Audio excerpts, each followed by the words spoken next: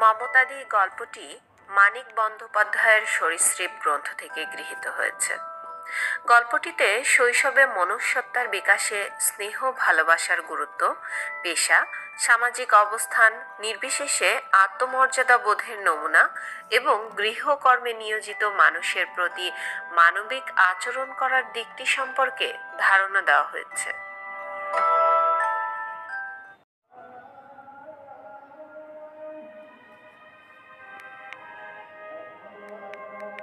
শীতের সকাল, রোদে বসে আমি স্কুলের পড়া করছি। মা কাছে বসে ফুলকপি কুটছেন। সে এসেই বলল, আপনারা রান্নার জন্য লোক রাখবেন? আমি ছোট ছেলে মেয়েও রাখবো। নিঃসংকোচ আবেদন। বোঝা গেল সংকোচ ছিল অনেক, প্রাণপণ চেষ্টায় অতিরিক্ত জয় করে ফেলেছে। তাই যেটুকু সংকোচ নিতান্তই থাকা উচিত তাও এর নেই। বয়স আর কত হবে, বছর 23। পরনে সেলাই করা ময়লা শাড়ি, পাটা বিবর্ণ লাল, সীমান্ত পর্যন্ত ঘোমটা, ঈষৎ বিশীর্ণ মুখে গাঢ় শ্রান্তির ছায়া, স্থির অচঞ্চল দুটি চোখ, কপালে একটি ক্ষত চিহ্ন আন্দাজে পড়া টিপের মতো। মা বললেন, তুমি রাঁধুনি? চমকে তার মুখ লাল হয়ে গেল। সেই চমক ও লালিমার বার্তা বোধ হয় মার হৃদয়ে পৌঁছল। কোমল স্বরে বললেন, বসো বাছা। সে বসল না, অনাবশ্যক জোর দিয়ে বলল, হ্যাঁ আমি রাঁধুনি, আমায় রাখবেন? আমি রান্না ছাড়া ছোট ছোট কাজও করব। মা তাকে জেরা করলেন। দেখলাম সে ভারী চাপা। মার প্রশ্নের ছাঁকা জবাব দিল, নিজে থেকে একটি কথাও বেশি কইল না। সে বলল, তার নাম মমতা। আমাদের বাড়ি থেকে খানিক দূরে জীবনময়ের গলি, গলির ভেতরে 27 নম্বর বাড়ির একতলায় সে থাকে। তার স্বামী আছে আর একটি ছেলে। স্বামীর চাকরি নেই 4 মাস। সংসার আর চলে না, তাই সে পর্দা ঠেলে উপার্জনের জন্য বাইরে এসেছে। এটাই তার প্রথম চাকরি। মাইনে সে তা জানে না। দুবেলা রেঁধে দিয়ে যাবে, কিন্তু খাবে না। 15 টাকা মাইনে ঠিক হলো। সে বোধহয় টাকা 12 আশা করেছিল। কৃতজ্ঞতায় দু চোখ সজল হয়ে উঠল, কিন্তু সমস্তটুকু কৃতজ্ঞতা সে নীরবেই প্রকাশ করল, কথা কইল না। মা বললেন, আচ্ছা তুমি কাল সকাল থেকে এসো। সে মাথা হেলিয়ে সম্মতি জানিয়ে তৎক্ষণাৎ চলে গেল। আমি গেটের কাছে তাকে পাকড়াও করলাম। শোনো, এখনই যাচ্ছ কেন? রান্নাঘর দেখবে না? আমি দেখিয়ে দিচ্ছি, এসো। কাল দেখব বলে সে 1 সেকেন্ডও দাঁড়ালো না, আমায় তুচ্ছ করে দিয়ে চলে গেল। ওকে আমার ভালো লেগেছিল। ওর সঙ্গে ভাব করতে ব্যস্ত হয়ে উঠেছিলাম। তবু আমি ক্ষুণ্ণ হয়ে মার কাছে গেলাম, একটা বিস্মিত হয়েও। যার অমন মিষ্টি গলা, চোখে মুখে যার উপচে পড়া স্নেহ, তার ব্যবহার এমন রূঢ়। মা বললেন, পিছনে ছুটেছিলি বুঝি ভাব করতে? ভাবিস না, তোকে খুব ভালোবাসবে। বারবার তোর দিকে এমন করে তাকাচ্ছিল। শুনে খুশি হলাম। রাধুনী পদপ্রার্থিনী স্নেহ সেদিন অমন কাম্য মনে হয়েছিল কেন বলতে পারি না। পরদিন সে কাজে এলো, নীরবে নত মুখে কাজ করে গেল। যে বিষয়ে উপদেশ পেল পালন করলো, যে বিষয়ে উপদেশ পেল না নিজের বুদ্ধি খাটিয়ে সুন্দরভাবে সম্পন্ন করলো। অনর্থক প্রশ্নও করলো না, নির্দেশের অভাবে কোনো কাজ ফেলেও রাখলো না। সে যেন বহুদিন এ বাড়িতে কাজ করছে বিনা আড়ম্বরে, এমন নিখুঁত হলো তার কাজ। কাজের শৃঙ্খলা ও ক্ষিপ্রতা দেখে সকলে তো খুশি হলেন। মার ভবিষ্যৎবাণী সফল করে সে যে আমায় খুব ভালোবাসবে তার কোনো লক্ষণ না দেখে আমি হলাম ক্ষুণ্ণ।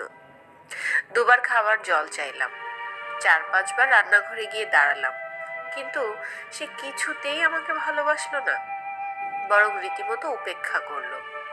শুধু আমাকে নয়, সকলকে। কাজগুলিকে সে আপনার করে নিল। মানুষগুলির দিকে ফিরেও তাকালো না।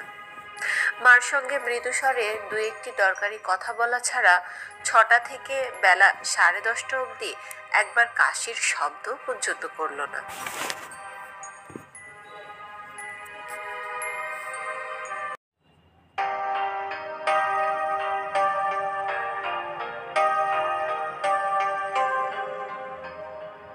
সে যেন ছায়াময়ী মানবী, ছায়ার মতোই ঐশ্বর্যে মহীয়সী, কিন্তু ধরা ছোঁয়ার অতীত, শব্দহীন, অনুভূতিহীন, নির্বিকার। রাগ করে আমি স্কুলে চলে গেলাম। সে কি করে জানবে মাইনে করা রাধুনির দূরে থাকাটাই সকলে তার কাছে আশা করছে না? তার সঙ্গে কথা কইবার জন্য বাড়ির ছোট কর্তা ছটফট করেছে। সপ্তাহখানেক নিজের নতুন অবস্থায় অভ্যস্ত হয়ে যাওয়ার পর সে আমার সঙ্গে ভাব করল। বাড়িতে সেদিন কুটুম এসেছিল, সঙ্গে এসেছিল এক গাদা রসগোল্লা আর সন্দেশ। প্রকাশ্য ভাগটা প্রকাশ্যে খেয়ে ভাড়ার ঘরে গোপন ভাগটা মুখে পুরে চলেছি। কোথা থেকে সে এসে খপ করে হাতটা ধরে ফেলল। রাগ করে মুখের দিকে তাকাতে সে এমন ভাবে হাসলো যে লজ্জা পেলাম। বলল, দরজার পাশ থেকে দেখছিলাম, আর কটা খাচ্ছ গুনছিলাম। যা খেয়েছ তাতেই বোধহয় অসুখ হবে, আর খেও না, কেমন? ভর্ৎসনা নয়, আবেদন। মার কাছে ধরা পড়লে বকুনি খেতাম এবং এক খাবলা খাবার তুলে নিয়ে ছুটে পালাতাম। এর আবেদনে হাতের খাবার ফেলে দিলাম। সে বলল, লক্ষ্মী ছেলে, এসো জল খাবে। বাড়ির সকলে কুটুম নিয়ে অন্যত্র ব্যস্ত ছিল। জল খেয়ে আমি রান্নাঘরে আসন পেতে তার কাছে বসলাম। এতদিন তার গম্ভীর মুখই শুধু দেখেছিলাম, আজ প্রথম দেখলাম সে নিজের মনে হাসছে। আমি বললাম, বামুনদি। সে চমকে হাসি বন্ধ করলো। এমন ভাবে আমার দিকে তাকালো যেন আমি তাকে গাল দিয়েছি। বুঝতে না পেরেও অপ্রতিভ হলাম। কি হলো বামুনদি? সে এদিক ওদিক তাকালো। ডালে খানিকটা নুন ফেলে দিয়ে এসে হঠাৎ আমার গা ঘেঁষে বসে পড়ল। গম্ভীর মুখে বলল, আমায় বামুনদি বলো না খোকা, শুধু দিদি বলো। তোমার মা রাগ করবেন দিদি বললে? আমি মাথা নাড়লাম। সে ছোট এক নিঃশ্বাস ফেলে আমাকে এত কাছে টেনে নিল যে আমার প্রথম ভারী লজ্জা করতে লাগলো। তারপর কিছুক্ষণ আমাদের যে গল্প চলল সেই অপূর্ব কথোপকথন মনে করে লিখতে পারলে সাহিত্যে না হোক আমার কাছে সবচেয়ে মূল্যবান লেখা হয়ে উঠত। হঠাৎ মা এলেন। সে দুহাতে আমাকে একরকম জড়িয়েই ধরেছিল। হাত ছড়িয়ে ধরা পড়া চোরের মতো হঠাৎ বিব্রত হয়ে উঠল। দু চোখে ভয় দেখা দিল, কিন্তু সে মুহূর্তের জন্য। পরক্ষণে আমার কপালে চুম্বন করে মাকে বলল, এত কথা কইতে পারে আপনার ছেলে? তখন বুঝিনি, আজ বুঝি। স্নেহে সে আমায় আদর করেনি, নিজের গর্ব প্রতিষ্ঠার লোভেও না। মা যদি বলতেন, খোকা উঠে আয়, যদি কেবল মুখ কালো করে সরে যেতেন, পরদিন থেকে সে আর আসতো না। 15 টাকার খাতিরেও না, স্বামী পুত্রের অনাহারের তাড়নাতেও না। মা হাসলেন, বললে, ও ওইরকম, সারাদিন বকবক করে, বেশি আশকারা দিও না, জ্বালিয়ে মারবে। বলে মা চলে গেলেন। তার দু চোখ দিয়ে দুফোঁটা দুর্বোধ্য রহস্য টপ টপ করে ঝরে পড়ল। মা অপমান বোধ করলে তার চোখ হয়তো শুকনোই থাকতো। সম্মানে চোখের জল ফেলল। সেই সম্মানের আগাগোড়া করুণা ও দয়া মাখা ছিল, সেটা বোধ হয় তার সইল না। 3-4 দিন পরে তার গালে 3টে দাগ দেখতে পেলাম, মনে হয় আঙুলের দাগ। মাস্টারের জ্বর খেয়ে একদিন অবনীর গালে যেরকম দাগ হয়েছিল ঠিক তেমনি। আমি ব্যস্ত হয়ে প্রশ্ন করলাম, তোমার গালে আঙ্গুলের দাগ কেন? কে জ্বর মেরেছে? গালে হাত চাপা দিয়ে বলল, দূর। তারপর হেসে বলল, আমি নিজে মেরেছি। কাল রাতে গালে একটা মশা বসেছিল, খুব রেগে। মশা মারতে গালে জ্বর? বলে আমি খুব হাসলাম। সেও প্রথমটা আমার সঙ্গে হাসতে আরম্ভ করে গালে হাত ঘষতে ঘষতে আনমনা ও গম্ভীর হয়ে গেল। তার মুখ দেখে আমারও হাসি বন্ধ হয়ে গেল। চেয়ে দেখলাম ভাতের হাঁড়ির বুদবুদ ফাটা বাষ্পে কি দেখে যেন তার চোখ পলক হারিয়েছে। নিচের ঠোঁট দাঁতে দাঁতে কামড়ে ধরেছে, বেদনায় মুখ কালো হয়েছে। সন্দিগ্ধ হয়ে বললাম, তুমি মিথ্যে কথা বলছো দিদি, তোমায় কেউ মেরেছে।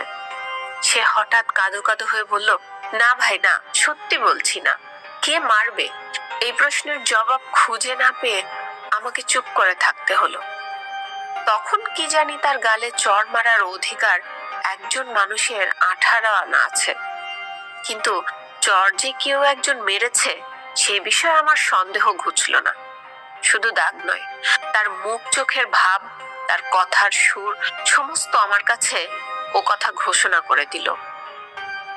বিবর্ণ গালে 3টি রক্তবর্ণ দাগ দেখতে দেখতে আমার মন খারাপ হয়ে গেল। আমি গালে হাত বুলিয়ে দিতে গেলাম, কিন্তু সে আমার হাতটা টেনে নিয়ে বুকে চেপে ধরল।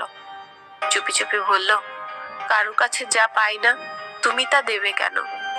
আমি অবাক হয়ে বললাম, কি দিলাম আমি? এই প্রশ্নের জবাব পেলাম না। হঠাৎ সে তরকারি নামাতে ভারী ব্যস্ত হয়ে পড়ল। পিড়িতে বসা মাত্র খোপা খুলে পিঠ ভাসিয়ে একরাশি চুল মেঝে পর্যন্ত ছড়িয়ে পড়ল। কি একটা অন্ধকার রহস্যের আড়ালে সে যেন নিজেকে লুকিয়ে ফেলল। রহস্য বই কি, গালে চড়ের দাগ, চিরদিন যে ধৈর্যময়ী ও শান্ত তার ব্যাকুল কাতরতা, ফিসফিস করে ছোট ছেলেকে শোনানো, কারো কাছে যা পাই না তুমি তা দেবে কেন? বুদ্ধির পরিমাণের তুলনায় এর চেয়ে বড় রহস্য আমার জীবনে কখনো দেখা দেয়নি। ভেবেচিন্তে আমি তার চুলগুলি নিয়ে বেনি পাকাবার চেষ্টা আরম্ভ করে দিলাম। আমার আশা পূর্ণ হলো। সে মুখ ফিরিয়ে হেসে রহস্যের ঘোমটা খুলে সহজ মানুষ হয়ে গেল। বিকেলে আমি জিজ্ঞাসা করলাম, আচ্ছা, তোমার বরের চাকরি হলে তুমি কি করবে? তুমি কি করতে বলো? হরির লুট দেব? না, তোমায় সন্দেশ খাওয়াবো। দেখ, তা বলছি না। তোমার বরের চাকরি নেই বলে আমাদের বাড়িতে কাজ করছো, তো চাকরি হলে করবে না? সে হাসলো, করব, এখন করছি যে। তোমার বরের চাকরি হয়েছে? হয়েছে বলে সে গম্ভীর হয়ে গেল। আহা, স্বামীর চাকরি নেই বলে ভদ্রলোকের মেয়ে কষ্টে পড়েছে। পাড়ার মহিলাদের কাছে মার এই মন্তব্য শুনে মমতাদির বরের চাকরির জন্য আমি দুশ্চিন্তাগ্রস্ত হয়ে উঠেছিলাম। তার চাকরি হয়েছে শুনে পুলকিত হয়ে মাকে সংবাদটা শুনিয়ে দিলাম। মা তাকে ডেকে পাঠালেন। তোমার স্বামীর চাকরি হয়েছে? সে স্বীকার করে বলল, হয়েছে, বেশি দিন নয়, ইংরাজি মাসের 1 থেকে। মা বললেন, অন্য লোক ঠিক করে দিতে পারছো না বলে কি তুমি কাজ ছেড়ে দিতে ইতস্তত করছো? তার কোনো দরকার নেই, আমরা তোমায় আটকে রাখবো না। তোমার কষ্ট দূর হয়েছে, তাতে আমরাও খুব সুখী। তুমি ইচ্ছে করলে এবেলায় কাজ ছেড়ে দিতে পারো, আমাদের অসুবিধা হবে না। তার চোখে জল এলো। সে শুধু বলল, আমি কাজ করব। মা বললেন, স্বামীর চাকরি হয়েছে তবু? সে বলল, তার সামান্য চাকরি, তাতে কুলোবে না মা। আমায় ছাড়বেন না, আমার কাজ কি ভালো হচ্ছে না? মা ব্যস্ত হয়ে বললেন, অমন কথা তোমার শত্রুও বলতে পারবে না মা, সেজন্য নয়। তোমার কথা ভেবেই আমি বলছিলাম, তোমার উপর মায়া বসেছে, তুমি চলে গেলে আমাদেরও কি ভালো লাগবে? সে একরকম পালিয়ে গেল। আমি তার পিছু নিলাম। রান্নাঘরে ঢুকে দেখলাম সে কাঁদছে। আমায় দেখে চোখ মুছল। আচমকা বলল, মিথ্যে বললে কি হয় খোকা? মিথ্যে বললে কি হয় জানতাম। বললাম, পাপ হয়। গুরুনিন্দা বাঁচাতে মিথ্যা বললে? এটা জানতাম না। গুরুনিন্দা পাপ, মিথ্যা বলাও পাপ। কোনটা বেশি পাপ সে জ্ঞান আমার জন্মায়নি, কিন্তু না জানা কথা বলেও সান্ত্বনা দেওয়া চলে দেখে বললাম, তাতে একটুও পাপ হয় না। সত্যি, কাঁদছো কেন? তখন তার চাকরির 1 মাস বোধহয় পূর্ণ হয়নি। একদিন স্কুল থেকে বাড়ি ফেরবার সময় দেখলাম জীবনময়ের গলির মোড়ে ফেরিওয়ালার কাছে কমলালেবু কিনছে।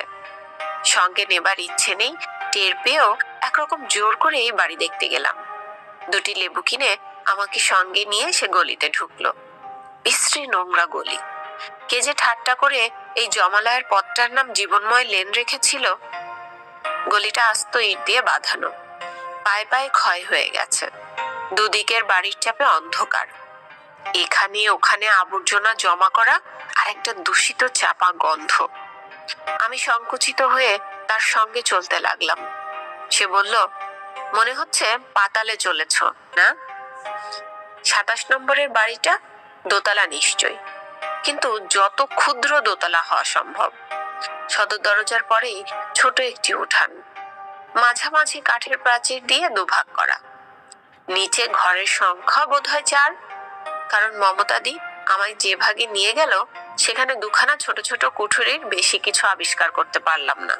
ঘরের সামনে 2 হাত চওড়া একটু রোয়া, একপাশে 1 শীট কার্গেট, আয়রনের ছাদ ও চটের বেড়ার অস্থায়ী রান্নাঘর। চটগুলি কয়লার ধোঁয়ায় কয়লার বর্ণ পেয়েছে। সে আমাকে শোবার ঘরে নিয়ে গিয়ে টুলে বসালো। ঘরে 2টি জানালা আছে এবং সম্ভবত সে কারণেই শোবার ঘর করে অন্য ঘরখানার চেয়ে বেশি মান দেওয়া হয়েছে। কিন্তু জানালা 2টির এমনই অবস্থান যে আলো যদিও কিছু কিছু আসে, বাতাসের আসা যাওয়া একেবারে অসম্ভব। সুতরাং পক্ষপাতিত্বের যে খুব জোরালো কারণ ছিল তা বলা যায় না। সংসারের সমস্ত জিনিসই প্রায় এই ঘরে ঠাঁই পেয়েছে। সব কম দামি শ্রীহীন জিনিস। এই শ্রীহীনতার জন্য সযত্নে গুছিয়ে রাখা সত্ত্বেও মনে হচ্ছে বিশৃঙ্খলতার অন্ত নেই। একপাশে বড় চৌকি, তাতে গুটানো মলিন বিছানা। চৌকির তলে একটি চরকা আর ভাঙা বেতের বাস্কেট চোখে পড়ে। অন্তরালে হয়তো আরো 2টো জিনিস আছে। ঘরের এক কোণে পাশাপাশি রক্ষিত 2টি ট্রাঙ্ক, 2টিরই রং চটে গেছে, একটির তালা ভাঙা।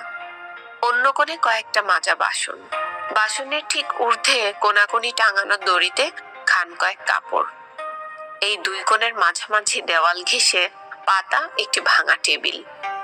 আগাগোড়া দড়ির ব্যান্ডেজের জোরে অনুমতে দাঁড়িয়ে আছে টেবিলে কয়েকটি বই খাতা, একটি অল্প দামি টাইম পিস, কয়েকটা ওষুধের শিশি, একটা মেরামত করা আরসি, কয়েকটা ভাঁজ করা সংবাদপত্র, এইসব টুকিটাকি জিনিস। টেবিলের ঊর্ধ্বে দেয়ালের গর্তের তাকে কতগুলি বই। ঘরে আরেকটি জিনিস ছিল, একটি বছর 5-এর ছেলে। চৌকিতে শুধু মাদুরের উপরে উপুর হয়ে শুয়ে সে ঘুমিয়েছিল। মমতাদি ঘরে ঢুকেই ব্যস্ত হয়ে ছেলেটির গায়ে হাত দিল। তারপর গুটানো বিছানার ভেতর থেকে লেপ আর বালিশ টেনে বার করলো। সন্তর্পণে ছেলেটির মাথার তলে বালিশ দিয়ে লেপ দিয়ে গা ঢেকে দিল। বলল, কাল সারা রাত পেটের ব্যথায় নিজেও ঘুমোয়নি, আমাকেও ঘুমোতে দেয়নি। উনি তো রাগ করে, কই তুমি লেবু খেলে না? আমি একটা লেবু খেলাম।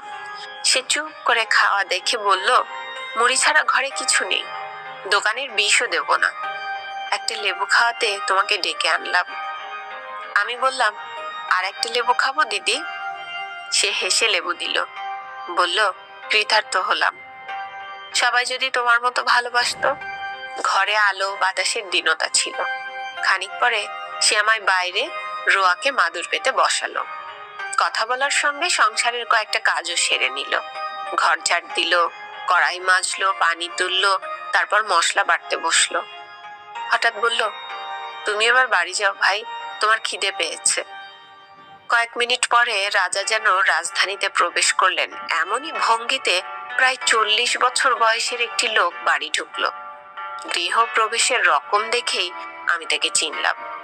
মমতাদির স্বামী নগেন, যেমন রোগা তেমনই ঠ্যাঙা। এত লম্বা লোক কোনোদিন আমার চোখে পড়েনি। লম্বাও আবার এক অদ্ভুত রকমের। দেহের দীর্ঘ কাঠামোর সঙ্গে খাপ খেতে প্রত্যেকটি অঙ্গ প্রত্যঙ্গ যেন লম্বাটে হয়ে গেছে। বাহু 2টি অস্বাভাবিক রকম দীর্ঘ, দুদিক চাপা ফজলি আমের মতো লম্বাটে মুখে খাড়ার মতো নাক। চিবুকটা ঠেলে নেমে ডগার দিকে চোখা হয়ে গেছে। মাথার চুলও মেয়েলি ধরনের বড় বড়, ঠিক বাবরি নয়। গায়ের কোটটা পর্যন্ত বালিশের ওয়ারের মতো সরু আর দীর্ঘ। 2 থেকে 3 বার পা ফেলেই রোয়াকে পৌঁছলো। নিচু হয়ে আমার মুখের কাছে মুখ এনে নিরীক্ষণ করে বলল, তুমি কে হে? মুখে তামাকের দুর্গন্ধ, দাঁতগুলি কালো। আমি মুখ সরিয়ে নিয়ে বললাম, আমি সুরেশ।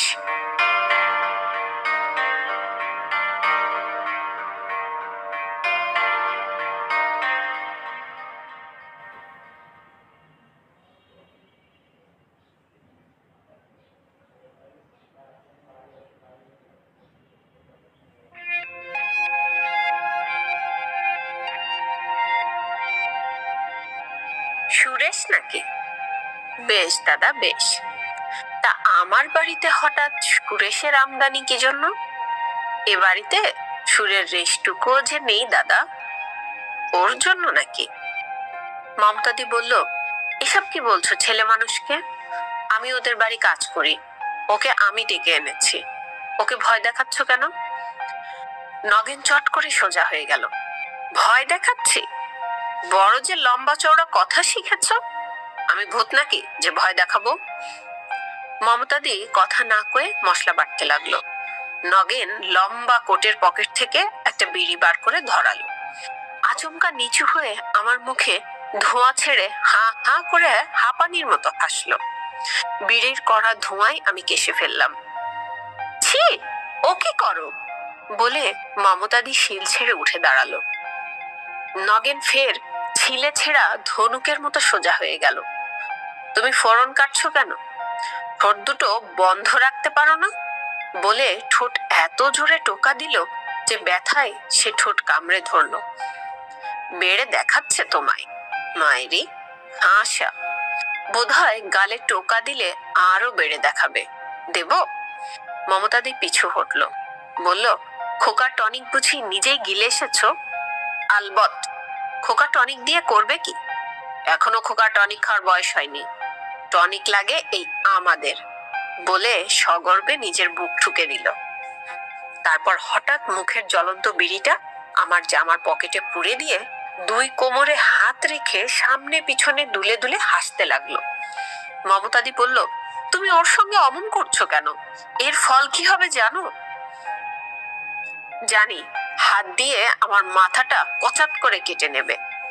মমতাদি বলল, তোমার মাথার কিচ্ছু হবে না, চাকরি যাবে আমার। তুমি কি মনে করো ও বাড়ি ফিরে তোমার ব্যবহারের কথা বলে দিলে আর একদিনের জন্য ওর মা আমাকে রাখবেন? যা খুশি তোমার করো, কিন্তু কাজ গেলে আমায় দুশো না। এ কথা মন্ত্রের মতো কাজ করলো। নগেন মুহূর্তে দমে গিয়ে বলল, ইস, সেটা তো খেয়াল করিনি, আগে বলতে হয়। তারপর মুখখানা করুণ করে বলল, তা খোকা বাবু বাড়িতে বলতে যাবে কেন? আমি ঠাট্টা করছিলাম, বই তো নয়। ঠাট্টা শুনে রাগ করবে, বাড়িতে নালিশ করবে? খোকা বাবুকে তুমি এত বোকা ভাবো নাকি? কি জানি, কাল চাকরি থাকবে কি যাবে, দেখেই সেটা বোঝা যাবে। খোকার রাগ তুমি জানো? বলে মমতাদি ঘরে চলে গেল। নগেন ধপ করে আমার পাশে বসে পড়লো, গলা নিচু করে বলল, চুপি চুপি না হয় তোমার পা ধরছি ভাই, রাগ রেখো না। আমি না বুঝে বড্ড দোষ করেছি। অনুতাপে এখন আমার বুক ফেটে যাচ্ছে। মায়েরই বলছি, মা কালীর দিব্যি। তার চোখ ছলছল করতে লাগলো। আমার অবশ্য আর রাগ রইল না, কিন্তু কি বলবো ভেবে না পেয়ে চুপ করে রইলাম। নীরবতাকে রাগ মনে করে সে হঠাৎ নিজের কান মলে কাতর স্বরে বলল, বাড়িতে বলো না ভাই, মরে যাব। তোমার দিদি পর্যন্ত যে উপোস করবে রে দাদা। আমি তাড়াতাড়ি জানালাম যে রাগ করিনি, বাড়িতেও বলবো না। শোনা মাত্র তার সব কাতরতা দূর হয়ে গেল। অনুযোগ দিয়ে বলল, তুমি বড় নিষ্ঠুর ভাই, পায়ে ধরালে, কান মলালে, তবে ক্ষমা করলে। তুমি বলো, শুধু ক্ষমাতে কি এখন আমার মন ওঠে? ক্ষমার সঙ্গে একটু দয়াও করে ফেলো, আমার সব দুঃখ দূর হয়ে যাক। বেশি নয় ভাই, একটু দয়া, যত সামান্য। কি বলুন? বলছি, কিন্তু মনে রেখো, আমার জন্য চাইছি না দয়া। তেমন পাত্র আমি নই। নিজের দুঃখের কথা আমি কাউকে বলি না। কার জন্য দয়া চাই জানো? তোমার ওই দিদির জন্য। ওর বড় লজ্জা, তাই মুখ ফুটে বলতে পারে না। আমার কাছে কাঁদে আর বলে, 15 টাকায় কুলোই না। কি করি আমি? একদিন বিষ খেয়ে মরে যাব। মাইরি, ও কথা বলে আর হাউ হাউ করে কাঁদে। সে কান্না দেখলে পাষাণেরও বুক ফেটে যায়। মা কালীর দিব্যি। নগেন বলল, 2 টাকা মাইনে বাড়িয়ে না দিলে তো ওকে বাঁচানো চলে না ভাই। ভয়ে মরি, দুঃখের জ্বালায় কবে সত্যি সত্যি বিষ খেয়ে ফেলে। তুমি যদি মাকে বলে ওর 2 টাকা মাইনে বাড়িয়ে দিতে পারো তবেই সর্বরক্ষে হয়, নইলে রোজ ওর বুক ফাটা কান্না আর সয় না। নগেন মাথা নাড়তে লাগলো। আমি তৎক্ষণাৎ স্বীকার করলাম মাকে বলবো। কৃতজ্ঞতায় অভিভূত হয়ে নগেন আচমকা আমায় সশব্দে চুম্বন করে ফেললো। আমি আতকে উঠে ছিটকে সরে গেলাম। নগেন হাত জোর করে বলল, ছোট না দাদা, তোমায় বড় ভালোবাসি কিনা তাই সামলাতে পারলাম না। যুক্তকর মুক্ত করে সে ফের মুখখানা করুণ করলো। কি ভাবছি জানো দাদা? ভাবছি 2 টাকা কি তোমায় দিদির কান্না ঘুচবে? অভাবের সমুদ্রে 2 টাকা দুফোঁটা শিশিরের বই তো নয়। তুমি বরং 5টা টাকার কথাই বলো কেমন? তোমরা হলে রাজা মানুষ, 5টা টাকা তোমাদের কাছে 5টা পয়সা।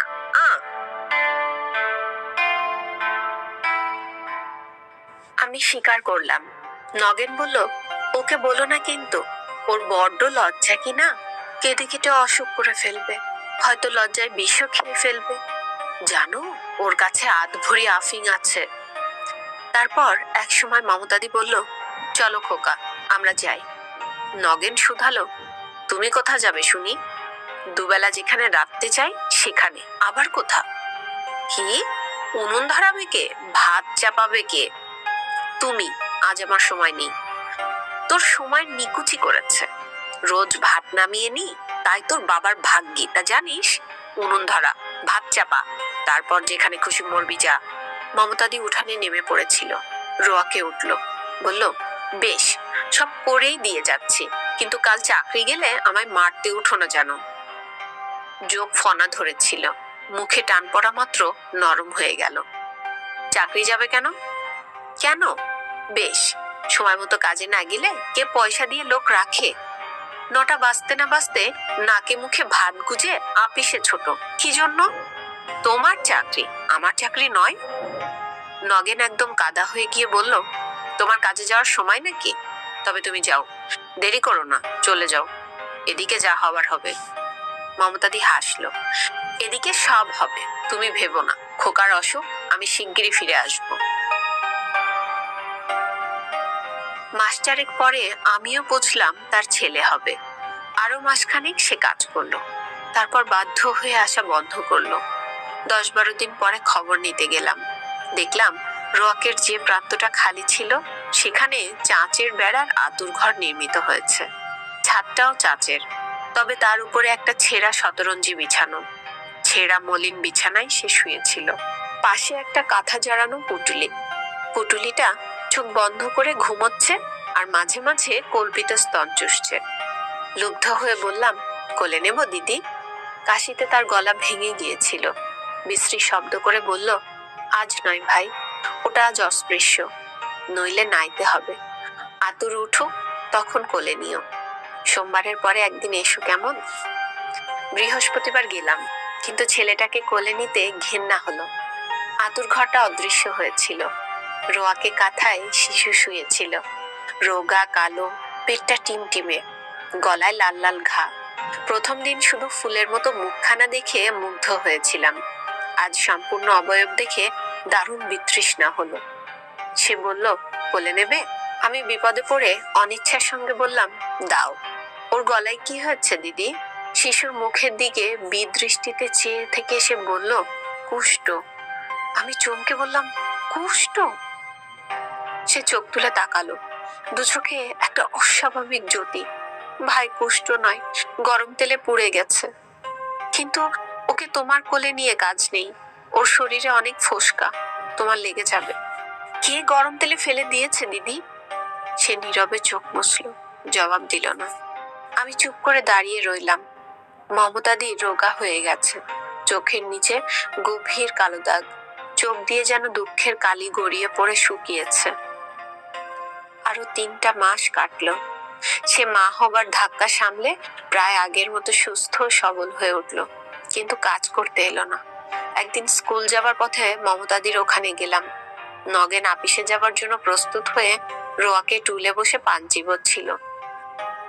তখন গর্জন করে কি সব বলছিল। ছোট ছেলেকে স্নান করিয়ে কাজল পরাতে পরাতে মমতাদি নির্বিকার চিত্তে শুনে যাচ্ছিল। উঠোনে উপুর হয়ে শুয়ে হাত পা ছুটতে ছুটতে প্রাণপণে চেঁচাচ্ছিল মমতাদির বড় ছেলে পাঁচু। আমায় দেখে নগেন গর্জন বন্ধ করে সাদরে অভ্যর্থনা করলো। নিজে মমতাদি বিড়িটা একটানে কেড়ে নিয়ে বসে আমায় টুলে বসালো। বলল যে আমার জন্য তার নাকি বড়ই মন কেমন করছিল। মমতাদি শুধু একটু হেসেই আমায় স্বাগত জানালো। আমি জিজ্ঞাসা করলাম, পাঁচু কাঁদছে কেন? নগেন বলল, ও শুয়ারকা বাচ্চার কথা বলো না ভাই। হারামজাদা 2-1 বছরের ছেলে জেলে ঢুকবে। এই বয়সে এমন পাকা চোর হয়ে উঠেছে যে বললে তুমি বিশ্বাস করবে না। চুপ করলি পাষণ্ড, স্টুপিড নারুকি। চুরি করে মার খেয়ে কাঁদিস, তো লজ্জা নেই? আমি পাঁচুর দিকে চেয়ে দেখলাম। চোরের সাজাই হয়েছে বটে, পিঠময় অসংখ্য শাস্তির চিহ্ন। পাশে পড়ে আছে একটা ভাঙা বাকারি। নিজের চোখ কানকে আমার বিশ্বাস হলো না। মমতাদির ছেলে চোর? বললাম, কি চুরি করেছে? নগেন বলল, পয়সা। খাবার নয়, খেলনা নয়, পয়সা। তাও কি আমাদের পয়সা? ওই ওদের বলে আঙ্গুল দিয়ে দোতলাটা দেখিয়ে দিল। বালিশের তলা হাতরে 5 শিকে চুরি করে পালাচ্ছিল। যাদববাবু দেখতে পেয়ে চোর ছেলে ফিরিয়ে দিয়ে গিয়েছেন, সঙ্গে যাচ্ছে তাই গালাগালি। আমি চকিতে মমতাদির দিকে তাকালাম। সে মাথা এত নিচু করেছিল যে মুখ দেখতে পেলাম না, শুধু চোখ পড়লো। তার কাগজের মতো সাদা কপাল, আর খোকার চোখে কাজল দিতে আঙুলের থরথর কম্পন। দেহ তার নিস্পন্দন, নতমুখী মর্মর মূর্তির মতো। যা, দূর হয়ে যা সামনে থেকে, কুলাঙ্গার। নগেনের গর্জন শুনে চমকে ফিরে চেয়ে দেখলাম পাঁচু কখন উঠে দাঁড়িয়েছিল। এখন গুটি গুটি বাইরের দিকে চলেছে। তার সেই ধীর চলন দেখে নগেনের বোধহয় ধৈর্যচ্যুতি হলো। হাতের কাছে খড়ম ছিল, এক পাটি তুলে নিয়ে ছুঁড়ে মারলো। খড়মটা পাঁচুর গায়ে লাগলো না। ওদিকের দেয়ালে ঠেকে বৌলা ভেঙে পাঁচুর পায়ের কাছে ছিটকে এলো। পাঁচু দাঁড়ালো, খড়মটা তুলে নিয়ে জিভ বার করে ভেঙচি কাটলো। তারপর বাপের মাথা লক্ষ্য করে ছুঁড়ে দিয়েই চকিতে অদৃশ্য হয়ে গেল। পিতা পুত্র দুজনেই লক্ষ্য ভেদে বিশেষ অপটু দেখলাম। খড়মটা নগেনের মাথায় না লেগে শোবার ঘরের দরজা দিয়ে ভেতরে চলে গেল। নগেন তড়াক করে লাফিয়ে উঠল, কিন্তু উটের মতো লম্বা পা থাকা সত্ত্বেও তখনকার মতো অদৃশ্য পলাতককে গ্রেফতার করার ক্ষমতা নেই জেনে ফিরে এসে বিড়িতে বসে পকেট থেকে বিড়ি বার করে ধরালো। এক মুখ ধোয়া ছেড়ে ক্রোধ বিকৃত মুখে এমন একটা উদাসীন ভাব এনে ফেললো যে আমি অবাক হয়ে গেলাম। বিড়ির ধোয়া যে রাগের এমন ভালো ওষুধ তা জানা ছিল না। খানিক বিড়ি টেনে নগেন বলল, ঠাকুর কেমন রাচ্ছে গো সুরেশ বাবু? ওর রান্নার মতো হচ্ছে? ঠাকুর পালিয়েছে। নগেন সোজা হয়ে বসে ব্যগ্র কণ্ঠে বলল, সত্যি পালিয়েছে? তবে ওকে আবার রাখো না। আমি সংশয় ভরে বললাম, দিদি কি আর কাজ করবে? দিদি মুখ তুলল, ভাবলেশহীন মুখ। ভাবের শুধু অভাব নয়, ভাবগুলি যেন মুখেই মরেছে এমনই। নীরস স্বরে বলল, না ভাই, দিদি আর কাজ করবে না। নগেন চটে বলল, কি করবে তবে শুনি? বসে বসে গিলবে? যাত্রার বাড়ি নয়, আত্মীয়ের বাড়ির মতো। সেখানে কাজ করতে তোমার আপত্তিটা কি শুনি? ওসব বদজাতি চলবে না, বুঝলে? আমি কুড়েমির প্রশ্রয় দেব না। কাল থেকে তুমি কাজ করতে যাবে। মাসে 15টা টাকা সহজ নাকি? এবার বরং 2 টাকা বেশি হবে। হবে না খোকা? আমি সায় দিলাম, হবে। মমতাদি কথা কইল না। রাগে আগুন হয়ে নগেন বলল, যাবে না তুমি? না। না বটে, আমি মাথার ঘাম পায়ে ফেলে রোজগার করবো আর তুমি বসে বসে খাবে না? স্বামীর রোজগার খেলে স্ত্রী বুঝি বেয়াদব বেহায়া হয়? ওমা, কি লজ্জা! এমন কথা আর বলো না, মানুষ হাসবে। নগেন বলল, বদজাতি হতা হে। শুনবে তবে, শুনবে তবে? পয়সা রোজগার করে স্বামীর একটু সাশ্রয় করার সুযোগ যে মেয়ে মানুষ হেলা করে সে শুধু বেয়াদব নয়, সে সে সে বেশ্যা বলে নগেন ফের একটা বিড়ি ধরালো। মমতাদির ধৈর্য সাহস দেখে বিস্মিত হয়ে গেলাম। খোকাকে বুকে তুলে নিয়ে সে চুমা খেলো, গাল টিপে আদর করলো, খোকার হাসির জবাবে হাসলো, শেষে অবসর মতো বলল, তাই নাকি, তা বেশ। মমতাদি ঘরে চলে গেল, কিন্তু তৎক্ষণাৎ এসে ক্রোধে মুহ্যমান স্বামীর গা ঘেঁষে বসে পড়ল। নগেন খানিকক্ষণ নিশ্চল হয়ে বসে রইল, তারপর নড়ে চড়ে বার কয়েক আর চোখে তার দিকে চেয়ে দেখল। সে সময় তার মুখখানা এমন অপূর্ব হয়ে উঠেছিল যে আজও স্পষ্ট মনে পড়ে এটা বাইরের দৃষ্টিতে দেখেছিলাম কিংবা অন্তরের অনুভূতি দিয়ে আবিষ্কার করেছিলাম, আজ সঠিক বলতে পারি না, কারণ তার বসার ভঙ্গিটা ছিল বিচ্ছিরি, আদুরে গোপাল হ্যাংলা মেয়ের মতো। মাথাটা একদিকে কাত, কবে সে দুষ্টামির হাসি হাসছিল। আবার এটাও স্পষ্ট বোঝা যাচ্ছিল যে সে ইচ্ছে করে লজ্জায় একেবারে অভিভূত হয়ে গেছে। নগেনকে লুব্ধ করে সে যেন কি ভিক্ষা চাইছিল। এইসবের সঙ্গে তার পূর্ব পরিচয়ের সামঞ্জস্য ছিল না, তাই সমস্ত মিলে সে আমার কাছে হয়ে উঠেছিল দুর্বোধ্য ও অপূর্ব। আমার অস্তিত্ব সে বোধহয় বিস্মৃত হয়ে গিয়েছিল। হঠাৎ আমার দিকে চোখ পড়ায় সরে বসতে গেল। নগেন খপ করে তার হাত ধরে ফেলল, তারপর এতক্ষণ যত রাগ জমা হয়েছিল তার সবটুকু ঝাল ঝাড়লো নির্দোষ আমার উপরেই। হা করে কি দেখছিস শুনি, মজা লাগছে দেখতে না? বেরো আমার বাড়ি থেকে, বেরিয়ে যা। মমতাদির চাকরির খাতিরে আমার খাতির, সে যখন চাকরি করবে না তখন আর কিসের খাতির। তিলেক বিলম্ব না করে আমি বেরিয়ে গেলাম। সদর দরজাটা ভেজিয়ে দেবার সময় দেখলাম মমতাদির শুভ্র শীর্ণ হাত নগেনের গলা জড়িয়ে ধরেছে।